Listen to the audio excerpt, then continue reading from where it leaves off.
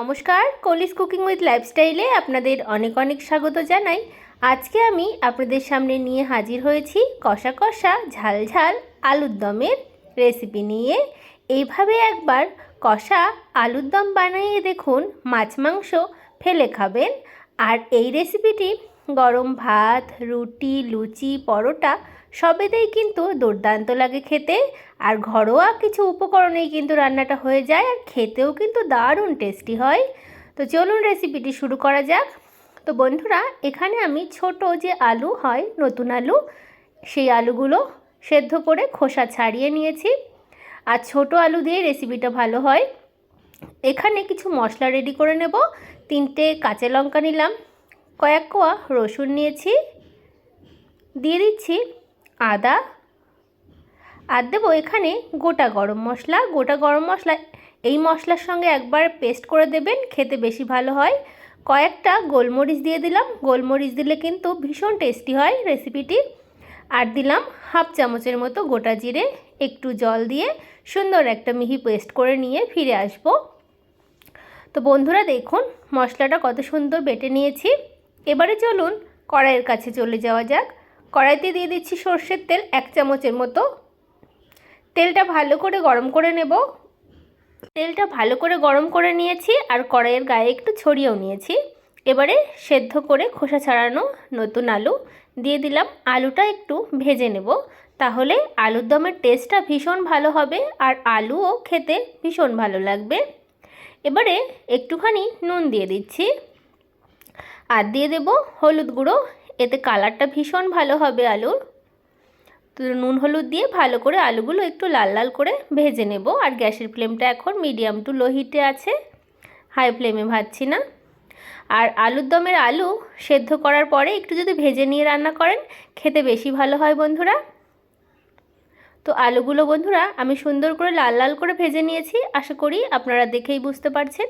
এবার এই আলুগুলো একটা পাত্রে তুলে নিলাম। ওই কড়াইতেই আমি আরও 1.5 চামচের মতো সরষের তেল দিলাম। ফোড়নে দিচ্ছি গোটা জিরে, আর এখানে মিডিয়াম সাইজে 2টো পেঁয়াজ কুচি দিয়ে দিলাম। পেঁয়াজ দিয়ে ভালো করে একটু ভেজে নেব। আর আমি যেভাবে মশলাটা রেডি করলাম বন্ধুরা, এইভাবে আপনারা একবার বানিয়ে দেখবেন, আমি কথা দিচ্ছি ভালো লাগতে বাধ্য হবে। একটু নুন দিয়ে দিলাম, এতে পেঁয়াজটা নরম হয়ে যাবে আর ভালো মতো ভাজাও হয়ে যাবে। এবারে এখানে ছোট সাইজের 2টো টমেটো দিয়ে দিলাম, টুকরো করে নিয়েছি। আর পেঁয়াজটা টমেটোর সঙ্গে একটু লাল লাল করে ভেজে নেব, তাহলে তরকারির কালারটা ভীষণ ভালো হবে আর খেতেও ভীষণ ভালো লাগবে। তো আপনারা তো অনেকে অনেক রকমভাবেই ছোটো আলুর দম রান্না করে খান। আমার মতো এইভাবে একবার ঝাল ঝাল দম রান্না করে খান, ভীষণ ভালো লাগবে। যে মশলাটা মিক্সিং জারে বেটে রেখেছিলাম দিয়ে দিলাম। রঙের জন্য একটু কাশ্মীরি লঙ্কার গুঁড়ো দিলাম, আর 1 মুঠো মটরশুঁটি দিয়ে দিলাম।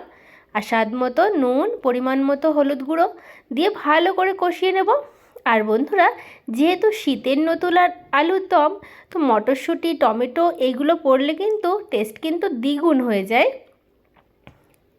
আর রান্নাটা কিন্তু খুবই কম তেলে রান্না করব, কিন্তু খেতে ভীষণই টেস্টি। আশা করি দেখেই বুঝতে পারছেন আমি তেলের পরিমাণটা কতটা কম রেখেছিলাম। তো মশলাটা ভালো করে কষিয়ে নিয়েছি। যেহেতু মিক্সিতে বেটেছি, একটু ভালো করে কষাতে হবে, না হলে কাঁচা গন্ধ আসবে। এবারে ভালো করে ভেজে রাখা ছোট আলুগুলো দিয়ে দিলাম, দিয়ে ভালো করে একটু কষিয়ে নেব। আর এইভাবেও কিন্তু আপনারা কষা কষা আলুর দম গরম গরম খেতে পারেন। আর গরম গরম এরকম কষা আলুর দম খেতে কিন্তু ভীষণ ভালো লাগে। তো কিছুক্ষণ ধরে আলু মশলার সঙ্গে কষিয়ে নিয়েছি, আমার কিন্তু ভালো মতো কষানো হয়ে গেছে। আলুটা যত ভালো মশলার সঙ্গে কষানো হবে, খেতে কিন্তু ততটাই ভালো হবে। এবারে পরিমাণ মতো জল দিয়ে দিচ্ছি, তবে খুব বেশি জল দেব না। আর এই ঝোলটুকুও কিন্তু রান্নার পরে একদম থাকবে না। আমি প্রথমেই বলেছি কষা কষা আলুর দম, তো সেই বুঝেই কিন্তু রান্নাটা আমি করব। ঝোলটা ফুটতে উঠেছে। তো আপনাদের রেসিপিটি কেমন লাগছে? যদি ভালো লাগে তাহলে অবশ্যই লাইক, শেয়ার, কমেন্ট, সাবস্ক্রাইব করে পাশের বেল আইকনটা প্রেস করতে একদমই ভুলবেন না। তো দেখলেন তো, ঘরোয়া উপকরণে সুস্বাদু ছোটো আলুর কষা কষা দম তৈরি হয়ে গেল। এবারে যেহেতু শীতের আলুর দম, একটু ধনেপাতা না দিলে কিন্তু টেস্টটা ফিকে ফিকে লাগবে। তো তার জন্য একটু ধনেপাতা কুচি দিয়ে দিচ্ছি। আপনারা ধনেপাতা অপছন্দ করলে নাও দিতে পারেন, যারা পছন্দ করেন দেবেন, টেস্টটা আরও দ্বিগুণ হয়ে যাবে। ধনেপাতা দিয়ে একটু ভালো করে মিশিয়ে নেব। আর বন্ধুরা দেখুন, ঝোলটা কিন্তু অনেকটাই কমে এসেছে, আপনারা এরকমও রাখতে পারেন। তো আমি আরও টান টান করে নেব। তো আপনারা আপনাদের পছন্দ মতো গ্রেভি রেখে নেবেন। তো দেখুন একদম শুকনো শুকনো করে কিন্তু আমি এই ছোট আলুর দমটা রান্না করে নিয়েছি। আমার কিন্তু একদম রান্না হয়ে গেছে। গরম গরম ভাত, রুটি, লুচি, পরোটা সবেতেই কিন্তু দুর্দান্ত লাগে। আর এরকম একটি কষা কষা ঝাল ঝাল ছোট আলুর দম থাকলে মাছ মাংসের কিন্তু সেদিন প্রয়োজনই পড়বে না, এতটাই সুস্বাদু হয়। কেমন লাগলো জানাবেন। কে কোথা থেকে ভিডিওটা দেখছেন সেটাও আমাকে কমেন্ট বক্সে কমেন্ট করে জানাবেন। আপনারা সকলে ভালো থাকবেন, সুস্থ থাকবেন। দেখা হবে অন্য ভিডিওতে। রাধে রাধে।